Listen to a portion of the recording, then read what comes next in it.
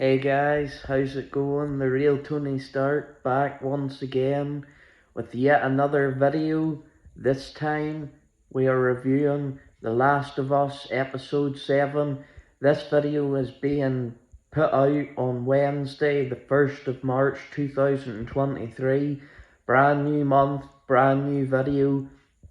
The last time I brought you guys a video was reviewing The Last of Us episode 6, which was last Friday, the 24th of February 2023. But this, I said I would be back next week around the time to do a review of episode 7. And well, guys, I'm here. I'm back once again. And I watched the new episode of The Last of Us whenever it premiered there about 3 nights ago now. It premieres on Sunday nights here in the UK at 2 AM, which is 9 PM for you Americans. So guys, this episode was incredible. It was quite possibly, next to the Bill and Frank episode, it was one of my favourite episodes yet. I absolutely loved this episode. It's shown us a deep dive more into Ellie's backstory, as it was based on the Left Behind DLC, much before the events of the game takes place whenever Ellie meets Joel for the first time, per your doll Marlene, who's mentioned in this episode.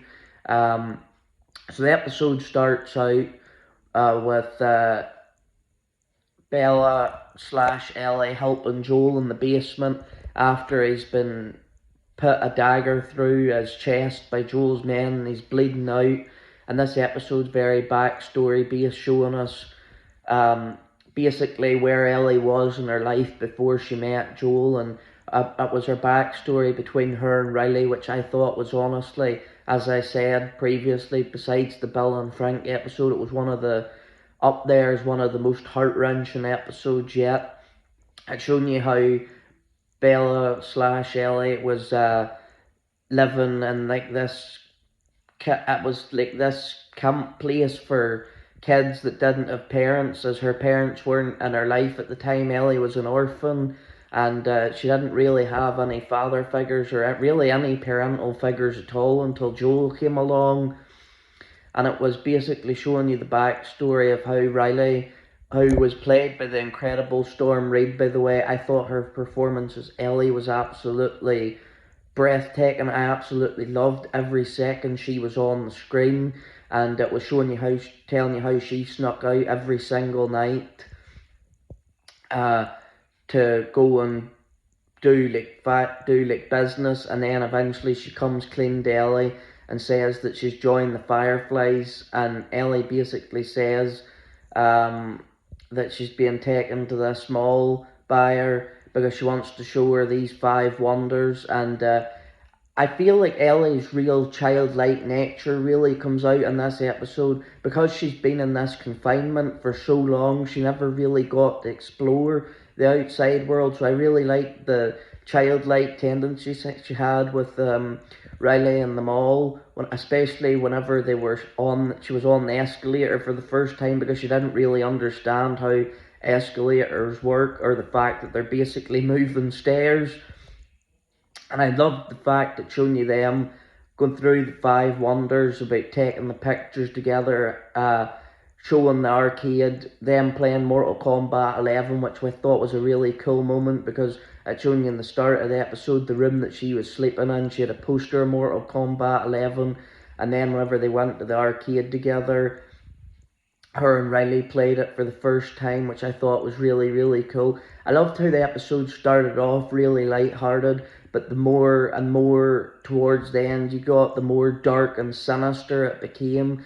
And then it turns out that Riley didn't take Ellie to the mall as a way to as the 5 wonders of the world, as she called her, to show her something really cool, where there's apparently no infected that can get there, which you find out later in the episode is a complete lie.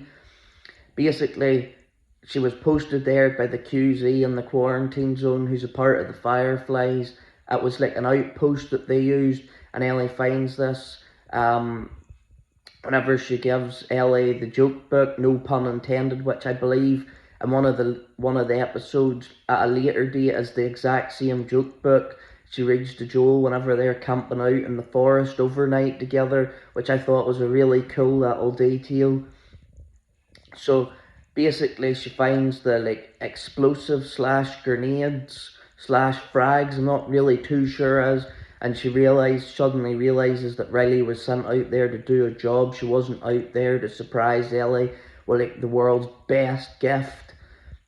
And then she basically says to Ellie this is her last night in Boston because she's getting shipped away as part of the Fireflies, and she asked could Ellie come along, and basically Marlene, the girl who ended up in the very first episode having her tied up to the radiator and handcuffed to the radiator, said no.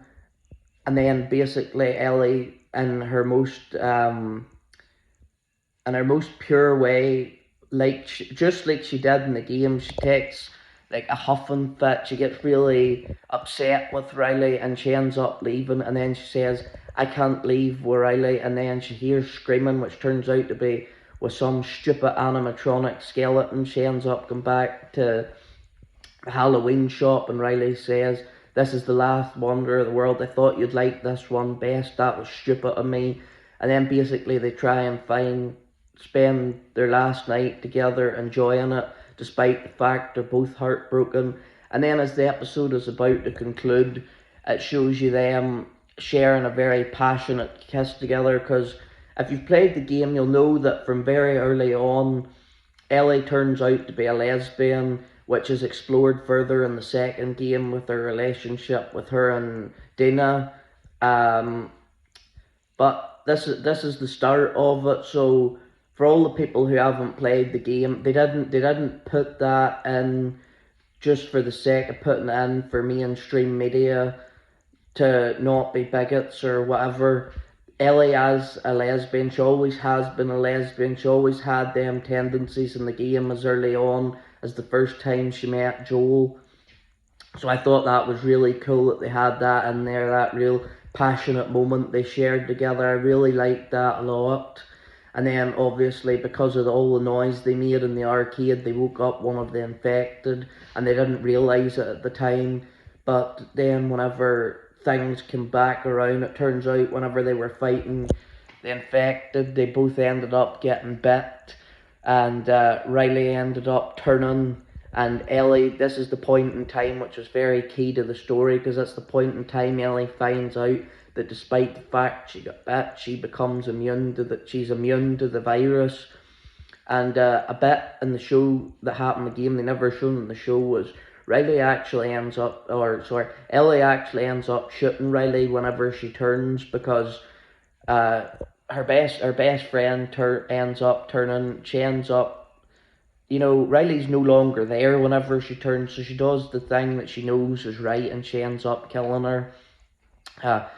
They cut Riley's story short. There was more key details that happened in the game than just that, but I feel like what they covered was enough for Riley and Ellie's story, specifically for the particular backstory that they told about how she got bit and how she knew that at the point that her friend got infected and she turned and she didn't, that she was immune to the virus. And I think it was a really good episode telling the backstory to show how she never gave up on Riley and Riley never gave up on her, so she wasn't for giving up on Joel. And then she got like this thread that she found in the kitchen or the basement of the place they were in, and she helped patch Joel up.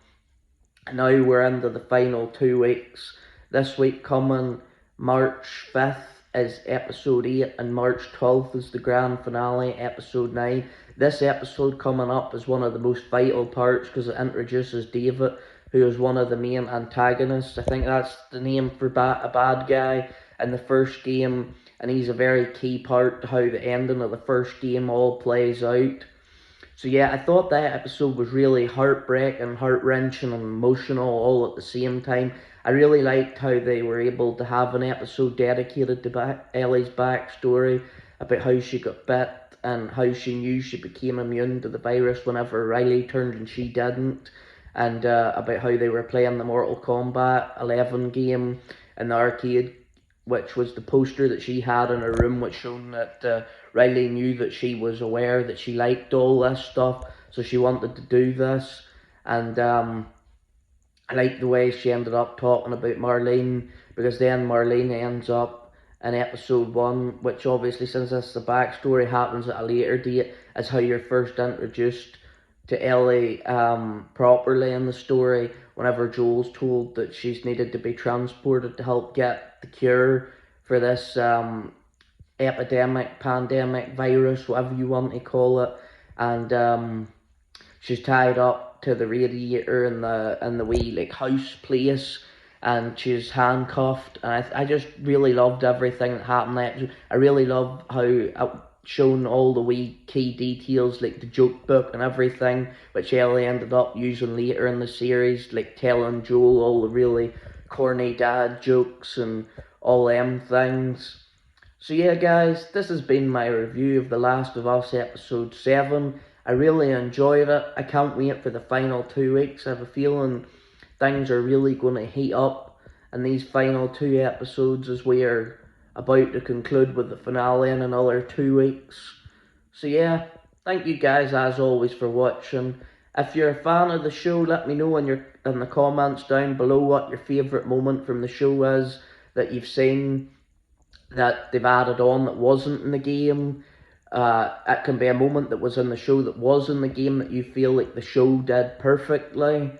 Um, just let me know, guys, what you like about the show. If you're a massive fan of the game, tell me about your favourite moments. And if you haven't played the game, the first and the second one, go and play it. It'll make your experience of watching the show a lot more enjoyable. So as always, guys, thank you very much for watching. I have been your boy, the real Tony Stark. Peace out.